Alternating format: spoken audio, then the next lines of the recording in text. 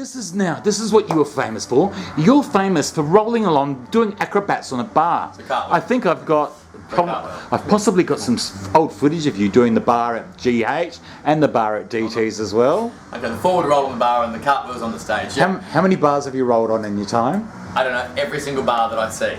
I can tell you the one thing that I do. Any venue I walk into, especially, any venue I walk into, even if I'm just out socially, which wasn't that often, as in drag, but I would always scope the venue to see if I had to get up and do a number. Is this? Yeah. Is that going to do it? No. I'll do it over here. Or I'd literally go to management. I'd say, could we just move that table over there a bit, just in case I want to get up? I've seen you do it on the bar at Molly's as well. Yeah, I've jumped on tables. The tables at Molly's. I've run all around that joint. Done on your back and done splits in the air right in front of me one night. Oh, a lot of people think that. When the lights are out. Good angle.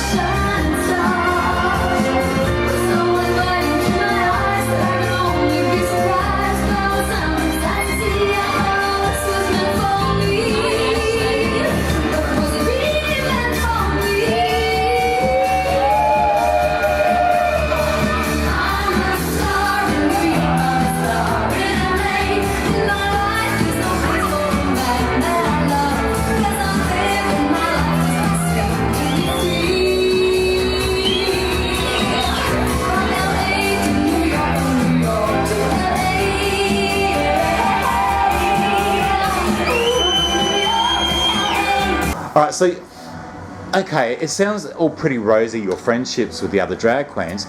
Are there any drag queens, you don't have to name them, but are there any other drag queens that you don't get along with? Like, of course there are. Have there been, like, bitchy fights backstage? Or absolutely. Can you think of look, to be honest, I've had bitchy fights with the close ones that I still love now. Like we've had, you know, little spats. We butt. Creatives, because, yeah. Like we're creative. We have our own ideas. You know, we have our own, you know, thoughts.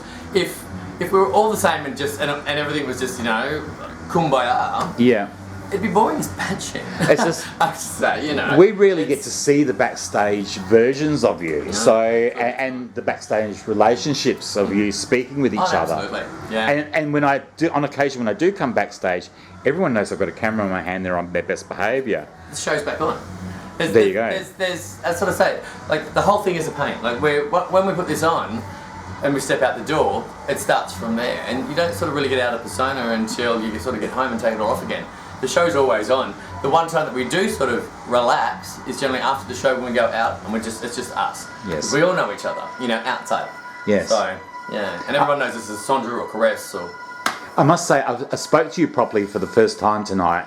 We had a little chat face to face as a boy, and the difference between the boy and the girl is crazy. Really? Yeah, because you give off a whole total energy. Thank you. Yeah, it's a good You say thing. Paul's boring. My brother, You say my brother's boring. What's your brother's name? Paul. Paul. Don't tell anyone out there. Anyway. No, Paul's great. He's a great guy. He's very friendly, and I could, you know, I don't ever see him out in the scene, so he's someone I've met for the first time. I think one of the funniest things, actually, just sort of on exactly what you're saying, when I worked at Diva Bar, I got a name as DJ Paul Anderson. And when I say name, I don't mean a name, but you know what I mean. And, you're Anderson, I'm Anderson. Yes. There you go. Yes, but you kept the Swedish spelling. Yes. Well, it's Nordic. Yeah. We've got the Nordic background, but somebody changed it. There you go. We were in an SEN, not double S, but... So what's your background? Swedish? Norwegian. I'm Norwegian. Stop it! Isn't that crazy? We're both Vikings. Look, isn't that crazy? We've both got horns and look out. Our people. Anyway.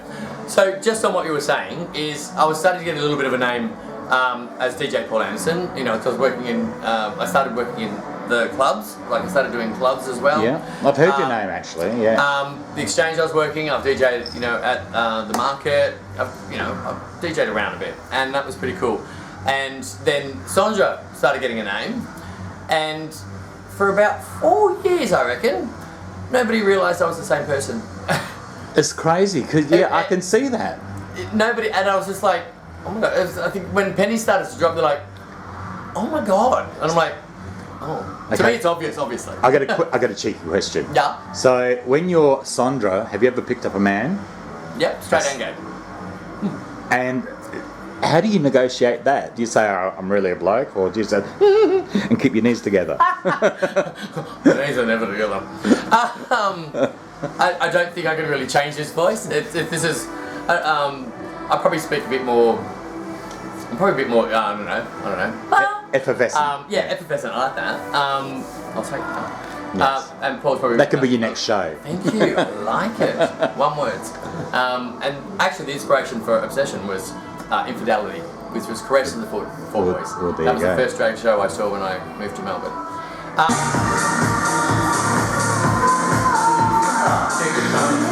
Welcome to the Peel Hotel. Please make sure you come and get a drink and come and watch us. We're here at the Peel in about 5 minutes' time. Till then,